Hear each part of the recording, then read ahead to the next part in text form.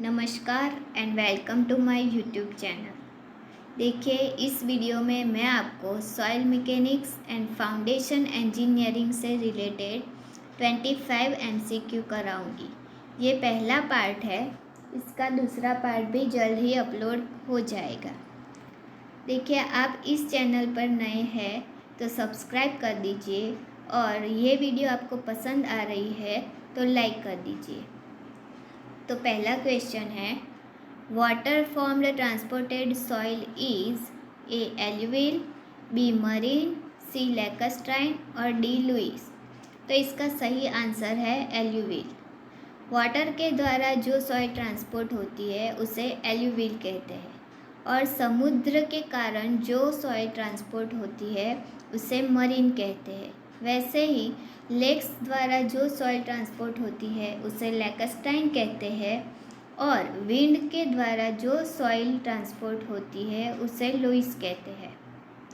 Gravitational force के कारण जो सॉइल ट्रांसपोर्ट होती है उसे तलस या कॉल्यूविल कहते हैं और ग्लेशिएटेड वाटर के द्वारा जो सॉइल ट्रांसपोर्टेड होती है उसे ड्रिफ्ट कहते हैं।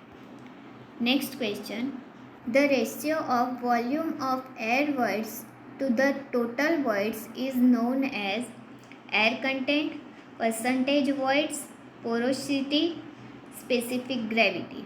तो इसका सही आंसर है एयर कंटेंट। एयर कंटेंट वो एयर वॉइड्स और टोटल वॉइड्स का रेशियो होता है। Next, the relationship between void ratio and porosities. देखिए, इन दोनों का रिलेशन होता है n बराबर E/1 + E और अगर E के टर्म्स में पूछे तो E is equals to n/1 - n होता है। ये दोनों रिलेशन आपको ध्यान में रखने हैं। नेक्स्ट क्वेश्चन, अगर आपको ये वीडियो पसंद आता है तो इसे लाइक ज़रूर कर दीजिए और अपने फेवरेट ग्रुप्स में शेयर कर दीजिए और सब्सक्राइब भी कर दीजिए। Next question, the fundamental equation of void ratio, specific gravity, water content and degree of saturation is. देखिए, इन लोगों का आपस में रिलेशन होता है जो होता है E is equals to WG/SR। इसमें E वॉइड रेशियो है, W वाटर कंटेंट है, G स्पेसिफिक ग्रेविटी है और SR डिग्री ऑफ सैचुरेशन है। इससे बहुत सारे एग्जाम्पल भी पूछे जाते हैं 1 मार्क्स के लिए। Next question, accurate determination of water content in laboratory is calcium carbide method, sand bath method, alcohol method या ओवन ड्राइंग मेथड।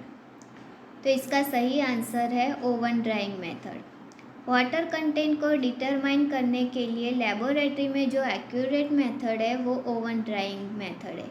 ये चारों मेथड वाटर कंटेंट को डिटरमाइन करने के लिए होती है। Next question, the liquid limit and plastic limit exist in Sandy soil, silty soil, clay soil या ग्रेवल सॉइल। तो इसका सही आंसर है clay soil. Liquid limit and plastic limit clay soil में एग्जिस्ट करती है।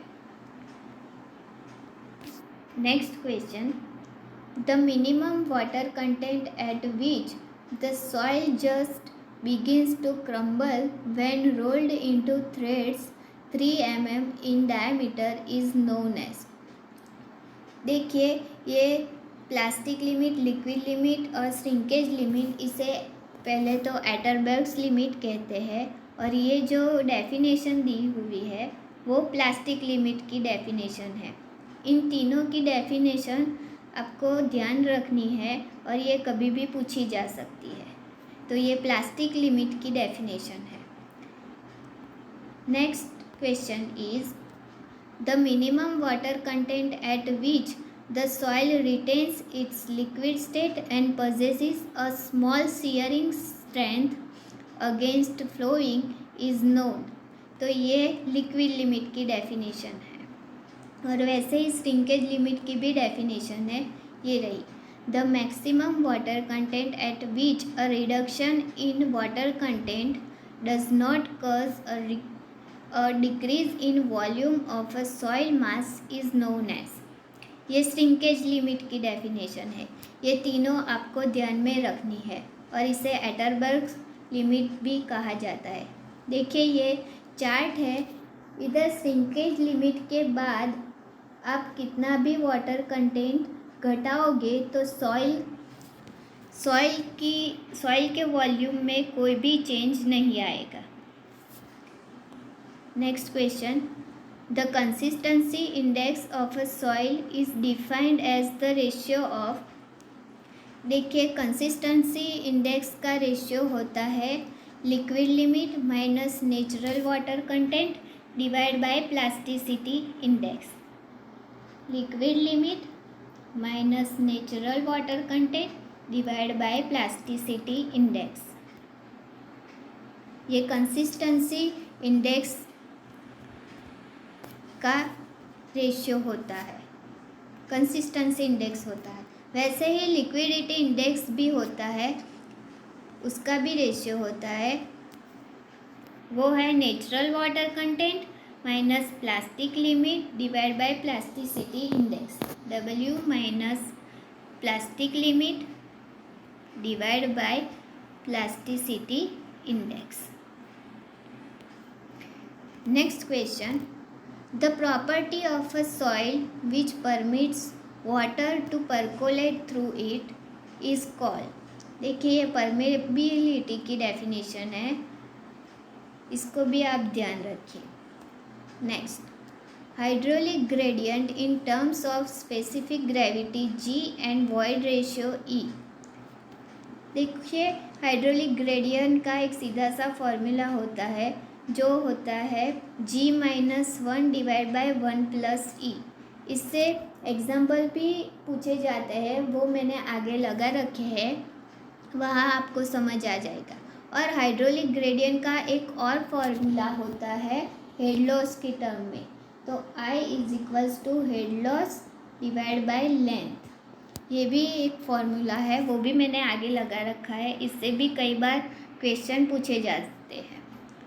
नेक्स्ट क्वेश्चन,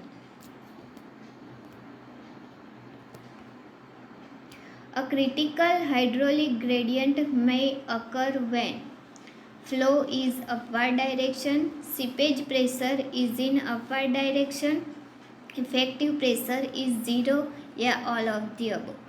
तो इसका सही आंसर है all of the above। देखिए क्रिटिकल हाइड्रोलिक ग्रेडियंट अकर तब करता है जब फ्लो की डायरेक्शन अपवर्ड हो जाती है। इसका मतलब ये हो जाता है कि सीपेज प्रेशर का भी डायरेक्शन अपवर्ड हो जाता है, जिससे इफेक्टिव प्रेशर 0 हो जाता है। तो ये सभी क्रिटिकल हाइड्रोलिक ग्रेडियंट अकर होने के कारण हैं। Next question, a coarse grain soil has a void ratio 0.75 and specific gravity is 2.75. The critical gradient at which quicksand condition occur is। देखिए यही एग्जाम्पल की मैं बात कर रही थी। क्रिटिकल ग्रेडियंट का अभी हमने फॉर्मूला देखा G-1 divide by 1 plus E। इसमें G आपको 2.75 दिया हुआ है और E आपको 0.75 दिया हुआ है, तो G की वैल्यू रखेंगे 2.75 minus 1 divide by 1 plus E की वैल्यू रखेंगे 0.75, तो ये निकल कर आ जाएगा 1, तो इसका आंसर है 1। Next, the critical exit gradient in a soil is ratio of flow line to slope, head upstream to depth at downstream, head loss to the length of the seepage या none। देखिए मैंने अभी बात की थी hydraulic gradient का और critical exit gradient का एक और फॉर्मूला है head loss to the length of the seepage, head loss to the length of the seepage। Next, if NF is total number of flow channels, ND is total number of potential drops, and H is head difference, the discharge Q given by. देखिए ये discharge का formula है और ये आपको ध्यान रखना है, Q is equals to KH NF divide by ND। इसमें जो K है एक वो कोएफिशिएंट ऑफ परमेबिलिटी होता है और H जो है वो हेड डिफरेंस है। इसमें जो NF अपॉन ND है इसको सेक फैक्टर बोलते हैं, इस रेशियो को हम सेक फैक्टर बोलते हैं। उसके भी क्वेश्चन बनते हैं, वो मैंने आगे लगा रखे हैं। देखिए, if NF is total number of flow channels and D is total number of potential drops, then what is shape factor.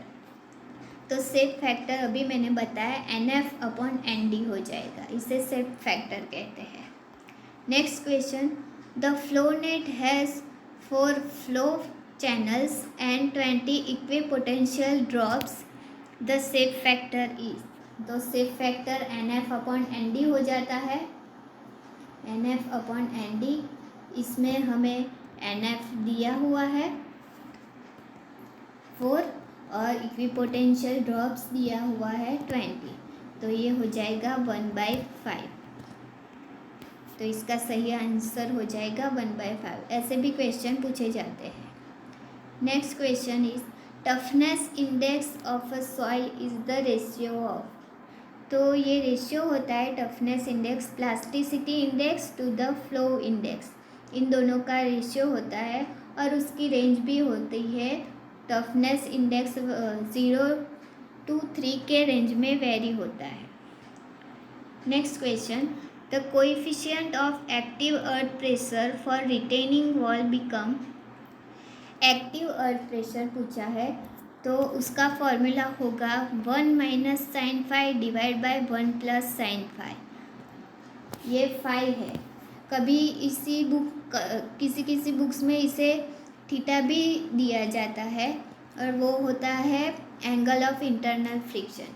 और अगर ये एक्टिव अर्थ प्रेशर है और अगर पैसिव अर्थ प्रेशर की बात करें तो जो बी ऑप्शन है वो सही हो जाएगा पैसिव के लिए, उल्टा हो जाता है एक्टिव का। C A is equal to 1 plus sine five divide by 1 minus sine five हो जाता है। Next question, the Westergaard analysis is used for stratified soils, sandy soils, cohesive soils या नन। तो वेस्टरगार्ड एनालिसिस स्ट्रेटिफाइड सॉइल्स के लिए हम use करते हैं। Next question, the effective size of particles of soil is denoted by, तो ये आसान क्वेश्चन है, सबको आता होगा। इसका सही आंसर है D10। Effective size of particle को हम D10 से डिनोट करते हैं। Next question, a partially saturated soil is classified as one phase system, two phase system, three phase system या none।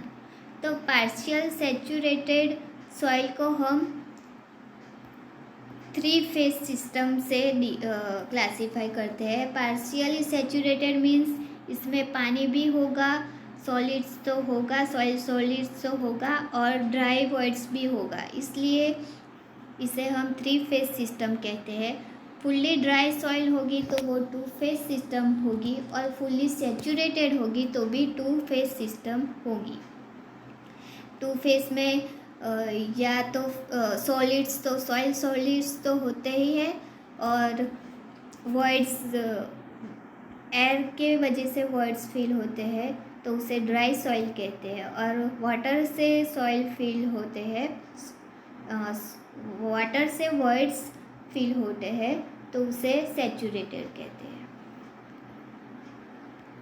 Last question, if E max, E mean and E R the maximum void ratio, minimum void ratio and void ratio of soil in natural state respectively, then the relative density of soil is, ये भी बहुत important formula है relative density होता है E max minus E divide by E max minus E min, जो आपको option D में दिखाई देगा। ये भी बहुत इम्पोर्टेंट फॉर्मूला है। Thank you. और अगर आपको ये वीडियो पसंद आ रहा है तो लाइक कर दीजिए और सब्सक्राइब कर दीजिए। Thank you.